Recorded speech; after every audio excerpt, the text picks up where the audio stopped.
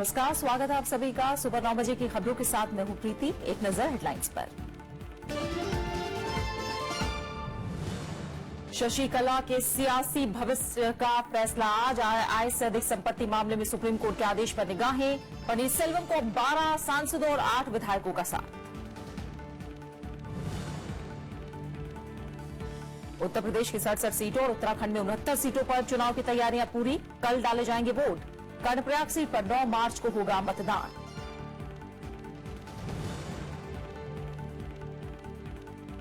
जम्मू कश्मीर के बांदीपुरा में सेना और आतंकियों के बीच मुठभेड़ जारी। सेना के 2 जवान घायल। 3 दिन में दूसरी मुठभेड़।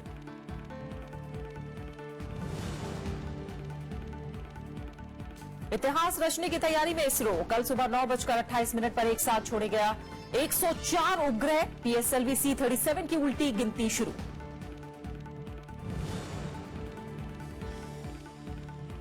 और ऑस्ट्रेलिया के खिलाफ 4 टेस्ट की सीरीज के लिए टीम इंडिया का ऐलान आज। मौजूदा सभी 16 खिलाड़ियों के शामिल होने की उम्मीद। बांग्लादेश को हराकर लगातार जीती 6ठी टेस्ट सीरीज।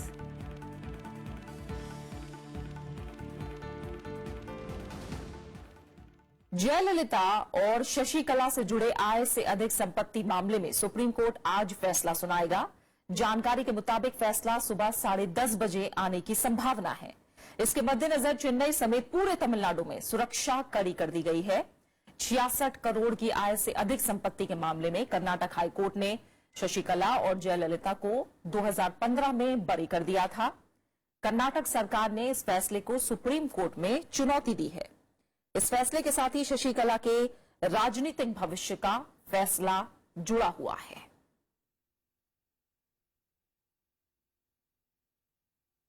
और दिल्ली से मौजूद है हमारे संवाददाता रवीन सिंह शिवरान। उनका हम रुख करेंगे। रवीन, 2 जजों की पीठ फैसला सुनाएगी, पूरी संभावना है। और हम जानते हैं कि सुप्रीम कोर्ट के फैसले से शशिकला का भाग्य और एक तरह से राज्य का अगला मुख्यमंत्री तय होगा।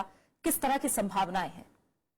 जी देखिए, आज जब 10:30 बजे कोर्ट की कार्रवाई शुरू होगी तो जिस तरीके से जो सप्लीमेंट्री कॉज लिस्ट कल शाम को आई थी, जिसमें इस बात का जिक्र किया गया है कि आज 10:30 बजे इस जो करीब 2 दशक पुराना मामला है उस पर आज फैसला सुनाया जाएगा। जस्टिस मेहता और पीसी घोष की अदालत जो आज ये फैसला सुनाया जाएगा। इससे जाहिर है कि राजनीतिक भविष्य जो है वो लगा हुआ है शशिकला का, जिन्होंने कुछ दिन पहले ही क्लेम किया था मुख्यमंत्री बनने के लिए और तत्कालीन मुख्यमंत्री पनीरसेल्वम से इस्तीफा दिलाकर। तो अगर आज फैसला किसी तरीके से शशिकला के हक में आता है तो उनके लिए रास्ता साफ हो जाएगा कि वो आने वाले सप्ताह में, आने वाले चंद दिनों में शपथ ग्रहण कर सकेंगी। लेकिन अगर उनके खिलाफ फैसला आता है तो जिस तरीके का कानून है कि उनको 6 साल के लिए किसी भी तरह का चुनाव लड़ने से डिस्क्वालीफाई कर दिया जाएगा। ऐसी स्थिति में एक बार फिर से तमिलनाडु में राजनीतिक संकट खड़ा हो सकता है।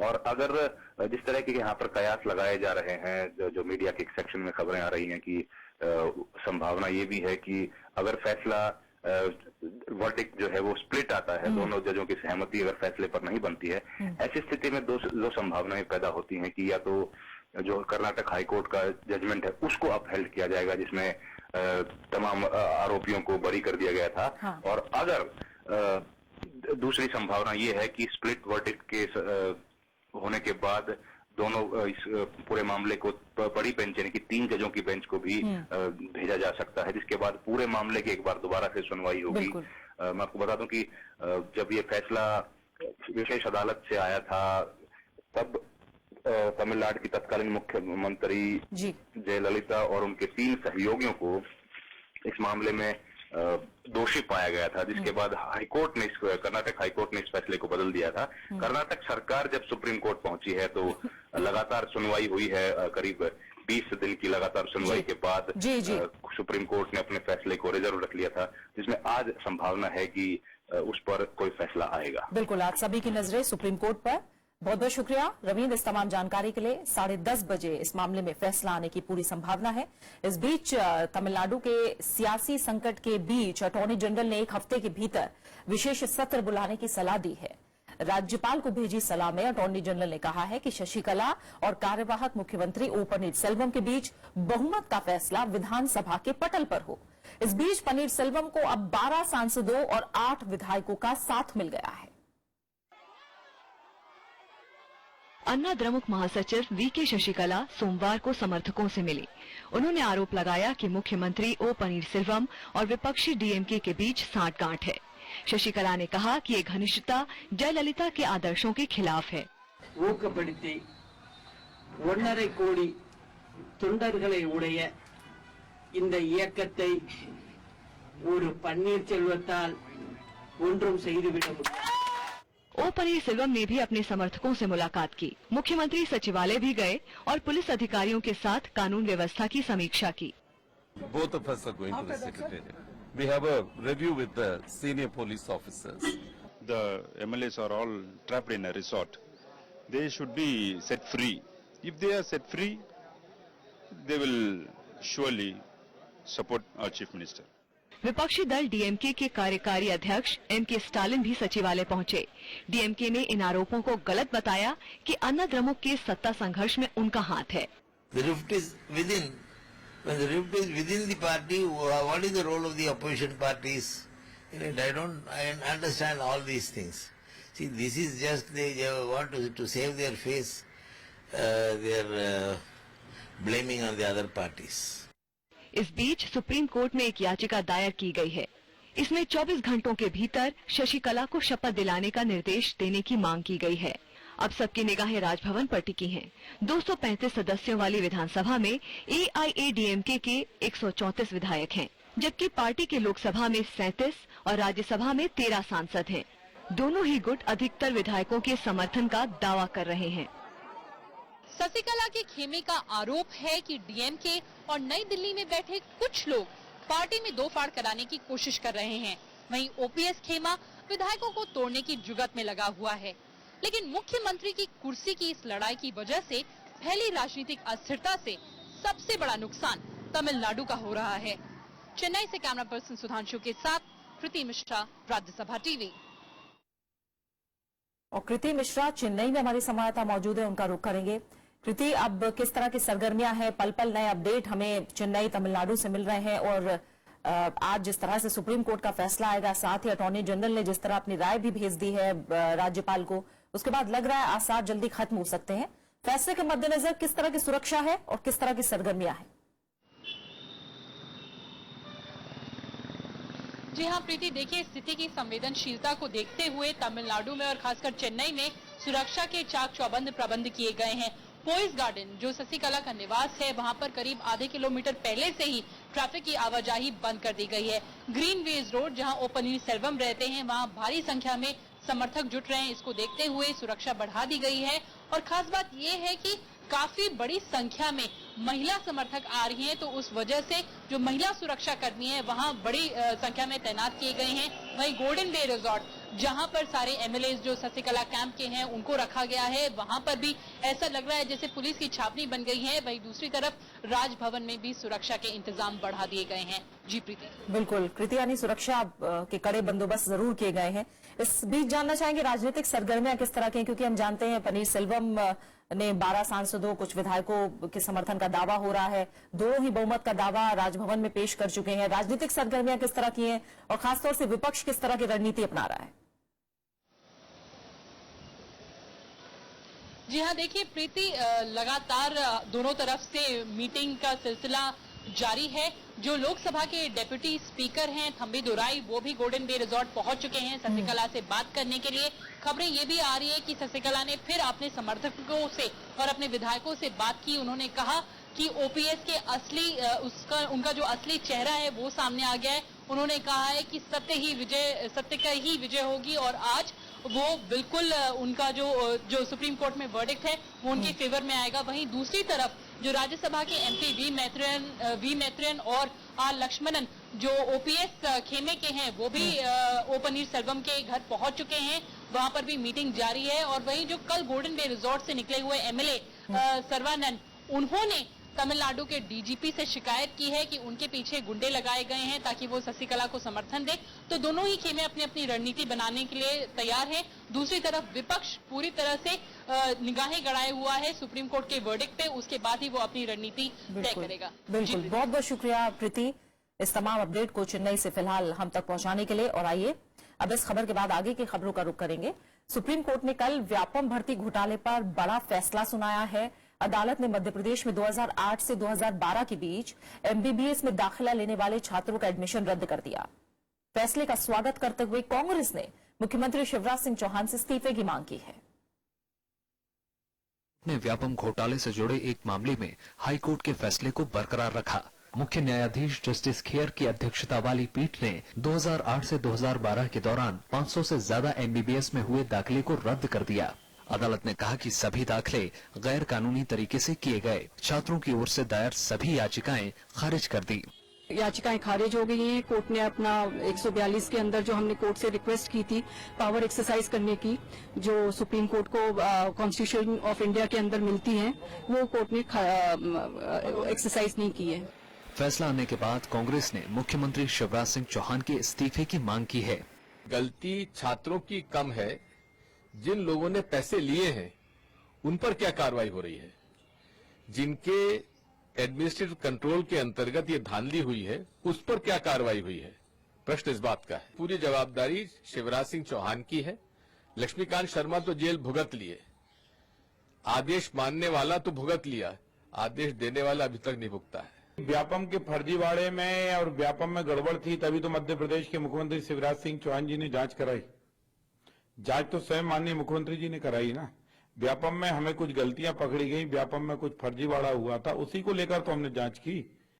पहली बार यह घोटाला तब उजागर हुआ जब इंदौर पुलिस ने 2009 के पीएमटी प्रवेश से जुड़े 20 नकली छात्रों को गिरफ्तार किया था।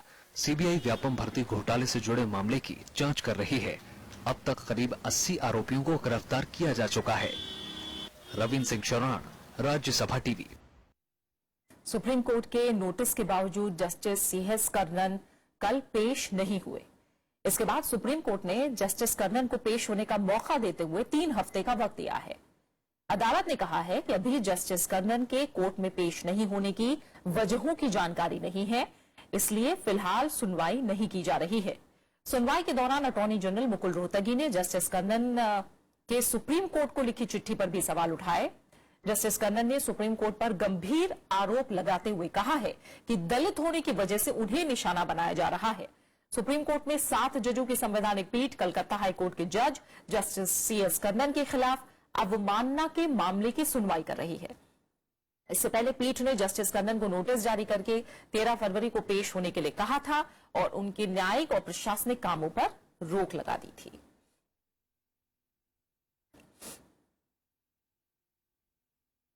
और अब बात चुनाव से जुड़ी अहम खबरों की।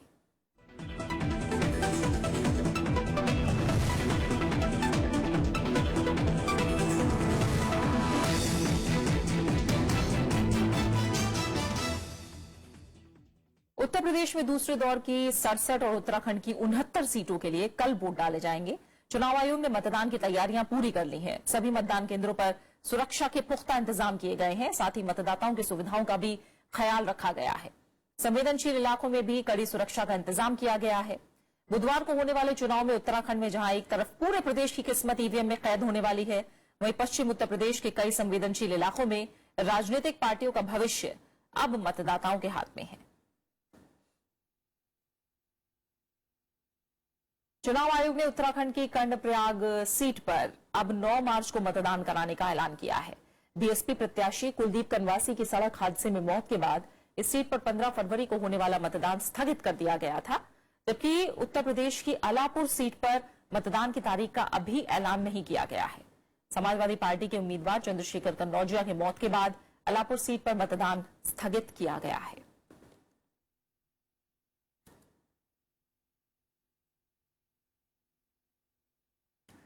चुनाव के बीच में एग्जिट पोल को निर्वाचन आयोग ने चुनाव कानूनों का उल्लंघन बताया है। ऐसा करने के लिए आयोग ने दैनिक जागरण और एग्जिट पोल करने वाली एजेंसी रिसोर्स डेवलपमेंट इंटरनेशनल के खिलाफ एफआईआर दर्ज करने का आदेश दिया है। दरअसल उत्तर प्रदेश में पहले दौर के मतदान के बाद रिसोर्स डेवलपमेंट इंटरनेशनल के एग्जिट पोल को दैनिक जागरण ने अपनी वेबसाइट पर प्रकाशित किया था। आयोग ने इसे जन प्रतिनिधित्व कानून की धारा 126A और B का स्पष्ट उल्लंघन बताया है। आयोग ने दैनिक जागरण और एजेंसी के खिलाफ 15 जिलों में एफआईआर कराने को कहा है। 11 फरवरी को उत्तर प्रदेश में 15 जिलों की 73 सीटों पर मतदान हुआ था। मतदान प्रक्रिया पूरी तरह संपन्न होने तक एग्जिट पोल नतीजों के प्रसारण और प्रकाशन पर पाबंदी है। उत्तर प्रदेश में 6 और चरणों में चुनाव होने हैं। आयोग के निर्देशों के मुताबिक 4 फरवरी से 8 मार्च 2017 को शाम 5:30 बजे तक एग्जिट पोल के नतीजों का प्रिंट या इलेक्ट्रॉनिक मीडिया या किसी दूसरे रूप में प्रसारण या प्रकाशन नहीं किया जा सकता। उत्तर प्रदेश में तीसरे दौर के मतदान के लिए चुनाव प्रचार तेज हो गया है। मुख्यमंत्री अखिलेश यादव आज 7 रैलियां करेंगे। अखिलेश यादव फर्रुखाबाद, कन्नौज और हरदोई में रैलियां करेंगे। वहीं गृह मंत्री राजनाथ सिंह भी 5 रैलियां करेंगे। राजनाथ सिंह भोगांव, मैनपुरी, औरैया, कानपुर और लखनऊ में जनसभाओं को संबोधित करेंगे। उत्तर प्रदेश में तीसरे दौर के लिए 12 जिलों की 69 सीटों पर 19 फरवरी को वोट डाले जाएंगे।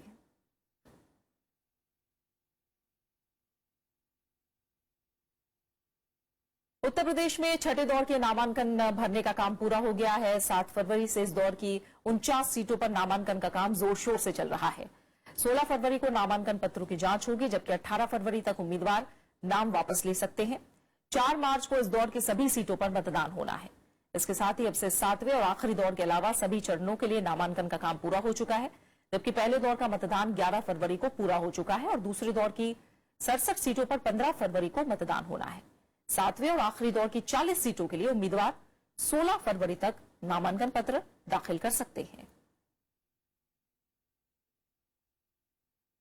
उत्तर प्रदेश में दूसरे चरण के प्रचार का शोर थमने से पहले समाजवादी पार्टी ने कल पूरा दमखम दिखाया।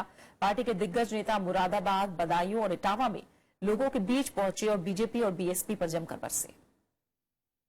अखिलेश यादव अपने पूरे समाजवादी कुनबे के साथ जमकर प्रचार में जुटे हुए हैं। सोमवार को मुरादाबाद और बदायूं में अखिलेश रोड शो और रैली करने पहुंचे। उनके निशाने पर एक बार फिर बीजेपी और प्रधानमंत्री नरेंद्र मोदी रहे। उन्होंने पहले के बीएसपी शासन को पत्थर वाली सरकार कहकर मायावती पर तंज कसा। जो लोग कहते थे भारतीय जनता पार्टी के लोग, इनकी सरकार में 5 मुख्यमंत्री हैं, बताओ उनके पास एक भी मुख्यमंत्री का चेहरा हो तो बता दो। जब चेहरा ही नहीं रहा है तो वो सरकार बनाना ही नहीं चाहते। सावधान रहना, वो पत्थर वाली सरकार से भी। यहाँ तो साइकिल वाले हैं, लेकिन उन्हें बता देना कुछ लोग वहाँ गड़बड़ों में हैं। ये पत्थर वाली सरकार आ गई तो फिर हाथी लगवा देगी इस बार। पार्टी के बड़े चेहरे आजम खान ने बदायूं में कमान संभाली। उन्होंने बीजेपी और बीएसपी में साठगांठ का आरोप लगाया। बीजेपी और बीएसपी में ये समझौता है कि अगर एक विधायक कम रह गया हमारा बहुमत से, एक, इसलिए बहुत आंख से वोट देना। अगर एक भी कम रह गया और इन दोनों का मिलकर बहुमत हो गया तो सरकार की बनाएगी। वहीं पार्टी नेता शिवपाल यादव के समर्थन में मुलायम सिंह यादव इटावा पहुंचे। यहां उन्होंने परिवार में कलह की बातों को खारिज करते हुए शिवपाल यादव के समर्थन में वोट मांगे। कभी मिला है सरकार में भी हमें जीत करनी पड़ी है, पता होगा है अपनी सरकार, लेकिन सरकार में सिर्फ 5 मंत्री रख के हमें जेल करनी पड़ी। 10 रुपये ऐसा नहीं है तो आप कुछ कहेंगे नहीं, कुछ भी अपनी सरकार है, अपना लड़का है, ऐसे कह नहीं सकते, कुछ भी कह नहीं सकते। लेकिन जब हम दबाव देते हैं तो मानना पड़ता है। शिवपाल यादव ने इलाके में अल्पसंख्यकों और गरीबों के विकास के लिए समाजवादी पार्टी को वोट देने की अपील की। Bureau report, Rajya Sabha TV. प्रधानमंत्री नरेंद्र मोदी और कांग्रेस उपाध्यक्ष राहुल गांधी ने कल लखीमपुर खीरी में रैली की। इसके अलावा राहुल गांधी ने बिजनौर और बरेली में भी चुनावी जनसभा की। वहीं अखिलेश यादव ने मुरादाबाद और बदायूं में रैली की। कारोबार देखिए, ये जोड़ी चुनाव में चेन डालने से डरती है, कहीं घर के बाहर जाए कोई चेन छीन करके ले न जाए। ये आपका काम नहीं, आपकी पार्टी के दबंग लोगों के कारनामे बोलते हैं। आपकी पार्टी में गुंडागिर्दी करने वालों के पाप बोलते हैं। कांग्रेस उपाध्यक्ष राहुल गांधी ने भी लखीमपुर में रैली की। प्रधानमंत्री के आरोपों का जवाब देते हुए राहुल गांधी ने सपा कांग्रेस गठबंधन को विकास के लिए 2 युवाओं के बीच मेल बताया। उन्होंने कहा कि प्रधानमंत्री काले धन को लेकर देश को गुमराह कर रहे हैं। साथ ही गरीबों, किसानों और युवाओं की अनदेखी का आरोप लगाया। स्विट्जरलैंड की सरकार ने लिस्ट भेजी है नरेंद्र मोदी जी की सरकार को। तो अगर आपके पास ये लिस्ट है तो राज्यसभा में, लोकसभा में नरेंद्र मोदी जी ने लिस्ट क्यों नहीं रखी? किसको बता रहे हैं? उन चोरों के नाम आप रखिए लोकसभा में, राज्यसभा में रखिए और उनके खिलाफ कार्रवाई शुरू कीजिए। अखिलेश यादव ने भी मुरादाबाद और बदायूं में रैली कर केंद्र सरकार की नीतियों की जमकर आलोचना की। उन्होंने कहा कि बीजेपी वाले सिर्फ मन की बात करते हैं और वादों को पूरा करने में उनकी कोई रुचि नहीं है। भारतीय जनता पार्टी के लोग, इनकी सरकार में 5-5 मुख्यमंत्री हैं। बताओ, उनके पास एक भी मुख्यमंत्री का चेहरा हो तो बता दो। जब चेहरा ही नहीं है तो वो सरकार बनाना ही नहीं चाहते। दूसरे दौर में उत्तर प्रदेश में 11 जिलों की 67 सीटों पर बुधवार को मतदान होना है। इस दिन उत्तराखंड की 69 सीटों पर भी वोटिंग होगी। उत्तराखंड की कर्णप्रयाग सीट पर बीएसपी उम्मीदवार के निधन की वजह से चुनाव स्थगित कर दिया गया है। Bureau report, Rajya Sabha TV. BSP प्रमुख मायावती ने भी कल इटावा और उन्नाव में रैली की। इस दौरान मायावती ने बीजेपी के साथ ही समाजवादी पार्टी और कांग्रेस के गठबंधन पर भी निशाना साधा। उन्होंने प्रधानमंत्री पर जनता से झूठे वादे करने का आरोप लगाया। साथ ही कहा कि राजनीति में लाभ के लिए प्रधानमंत्री ने नोटबंदी का फैसला लिया। मायावती ने समाजवादी पार्टी पर प्रचार में सरकारी धन के इस्तेमाल का आरोप लगाया। उन्होंने समाजवादी पार्टी से गठबंधन करने पर कांग्रेस की निंदा की। उन्होंने कहा कि गठबंधन बीजेपी को फायदा पहुंचाने के लिए किया गया है। यहाँ बीजेपी के इशारों पर सरकार चलाने वाली, खासकर अल्पसंख्यक समाज विरोधी ऐसी समाजवादी पार्टी के साथ गठबंधन करके ये चुनाव लड़ रही है, जिस पार्टी को यहाँ अराजक, आपराधिक, सांप्रदायिक, भ्रष्ट व जंगलराज आदि का खास प्रतीक माना जाता है। प्रधानमंत्री नरेंद्र मोदी ने राष्ट्रीय महिला नीति 2016 के मसौदे की समीक्षा के लिए मंत्री समूह का गठन किया है। 12 सदस्यीय समूह में विदेश मंत्री सुषमा स्वराज, महिला और बाल विकास मंत्री मेनका गांधी, वित्त मंत्री अरुण जेटली और कानून मंत्री रविशंकर प्रसाद शामिल हैं।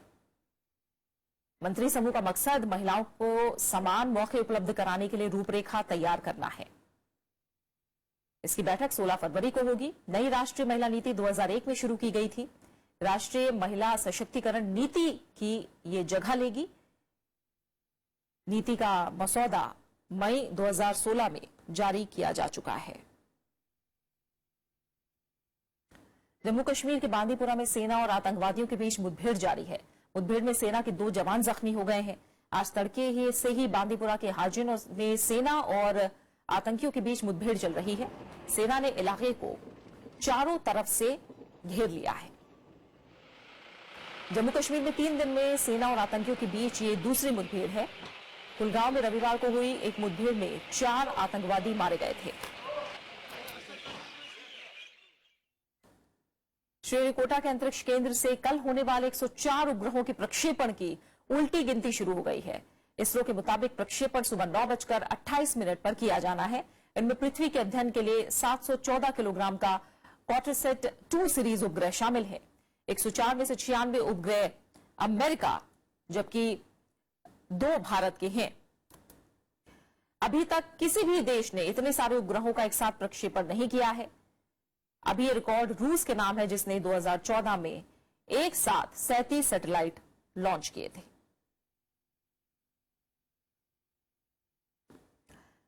तहमीना जंजुआ को पाकिस्तान की नई विदेश सचिव नियुक्त किया गया है। वो पाकिस्तान की महिला विदेश सचिव होंगी। वरिष्ठ राजनयिक तहमीना जंजुआ मौजूदा विदेश सचिव एजाज अहमद चौधरी की जगह लेंगी। पाकिस्तान के विदेश विभाग के मुताबिक वो मार्च के पहले हफ्ते में विदेश सचिव का पदभार संभालेंगी। फिलहाल तहमीना संयुक्त राष्ट्र में पाकिस्तान की स्थायी प्रतिनिधि हैं। वो 2011 में पाकिस्तान के विदेश मंत्रालय में सचिव भी रह चुकी हैं। ऑस्ट्रेलिया के खिलाफ होने वाली 4 टेस्ट मैचों की सीरीज के लिए आज भारतीय टीम का ऐलान किया जाएगा। टीम में बांग्लादेश को हराने वाली टीम के खिलाड़ियों को ही बरकरार रखे जाने की पूरी संभावना है। ऑस्ट्रेलियाई टीम 17 से 19 फरवरी को मुंबई में भारत के खिलाफ भारत ए के खिलाफ अभ्यास मैच खेलेगी। इसके बाद 23 फरवरी को पुणे में पहला टेस्ट मैच खेला जाएगा। वहीं 25 मार्च से दोनों टीमें धर्मशाला में आखिरी टेस्ट खेलेंगी। इससे पहले टीम इंडिया ने कल बांग्लादेश के खिलाफ हैदराबाद टेस्ट 208 रनों से जीतकर लगातार छठी सीरीज अपने नाम की। बांग्लादेश के सामने 459 रन का लक्ष्य था, लेकिन पूरी टीम 250 रन पर ही सिमट गई। भारत की ओर से अश्विन और जडेजा की जोड़ी ने 4-4 विकेट लिए। मैच में 242 रन बनाने वाले कप्तान विराट कोहली को मैन ऑफ द मैच चुना गया।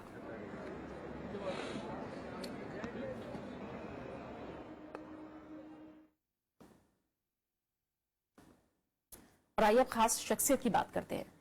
Venus of the silver screen के नाम से मशहूर हिंदी फिल्मों की अदाकारा मधुबाला की आज जयंती है। मधुबाला को उनकी अदायगी और सौंदर्य के लिए आज भी सिने प्रेमी शिद्दत से याद करते हैं।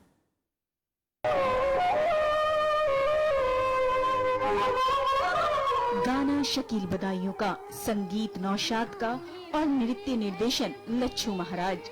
लेकिन जब पर्दे पर मधुबाला ने इसे निभाया तो सेंसुअलिटी को पर्सोनिफाई कर दिया, जिसकी मिसाल अब तक तो नहीं मिली है।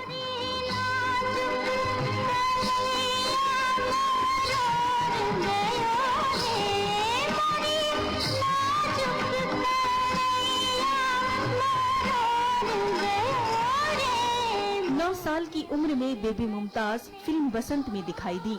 14 साल की उम्र में जब वो पहली बार हीरोइन के रूप में केदार शर्मा की फिल्म नील कमल में आई, तब भी वो मुमताज ही थी। हालांकि उनकी खूबसूरती को देखकर देविका रानी जी ने उन्हें मधुबाला का नाम दिया। क्या आप ही अमरनाथ वकील हैं? आपको इसमें शक क्यों है? सुनिए कि सूरज से तो आप भले आदमी मालूम। सीरत में भी कुछ ऐसा बुरा नहीं हो। एक कनीज ने हिंदुस्तान की मलिका बनने की आरज़ू की और मोहब्बत का खूबसूरत बहाना ढूंढ लिया। ये सच नहीं है, खुदा गवाह है, ये सच नहीं है, ये सच नहीं है। लेकिन तुझे साबित करना होगा कि यही सच है। परवरदिगार, मुझे इतनी हिम्मत अता फरमा कि मैं साहिब आलम से बेवफाई कर सकूं। 1949 में फिल्म महल के रिलीज होने के साथ पूरा देश मधुबाला का मुरीद था। मधुबाला की खूबसूरती कभी रूहानी लगती थी, कभी बस एक चंचल लड़की का लड़कपन, कभी ऐसी कि दिल धड़कना ही भूल जाए। हाल कैसा है जनाब का? क्या ख्याल है आपका? तुम तो मचल गए यूं ही फिसल गए आ। उनकी इस रेंज के पीछे छिपी थी कमाल की अदाकारी, जो मिस्टर एंड मिसेस 55, काला पानी, चलती का नाम गाड़ी और अनारकली में देखने को मिलती है। प्यार किया तो डरना क्या, जब प्यार किया तो डरना क्या, प्यार किया कोई चोरी। Bureau report, Rajya Sabha TV. और अब आखिर में हेडलाइंस।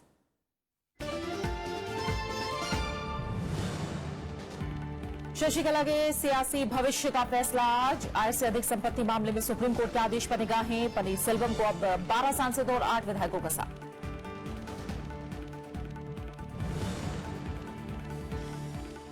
उत्तर प्रदेश की 67 सीटों और उत्तराखंड में 69 सीटों पर चुनाव की तैयारियां पूरी। कल डाले जाएंगे वोट। कर्णप्रयाग सीट पर 9 मार्च को होगा मतदान। जम्मू कश्मीर के बांदीपुरा में सेना और आतंकियों के बीच मुठभेड़ जारी। सेना के 2 जवान घायल। 3 दिन में दूसरी मुठभेड़। इतिहास रचने की तैयारी में इसरो। कल सुबह 9:28 पर एक साथ छोड़ेगा 104 उपग्रह। PSLV C-37 की उल्टी गिनती शुरू।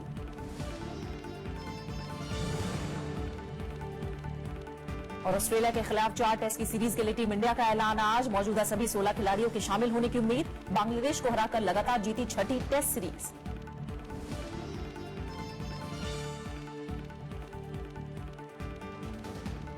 फिलहाल इस बुलेटिन में इतना ही। आगे देखिए देश देशांतर। नमस्कार।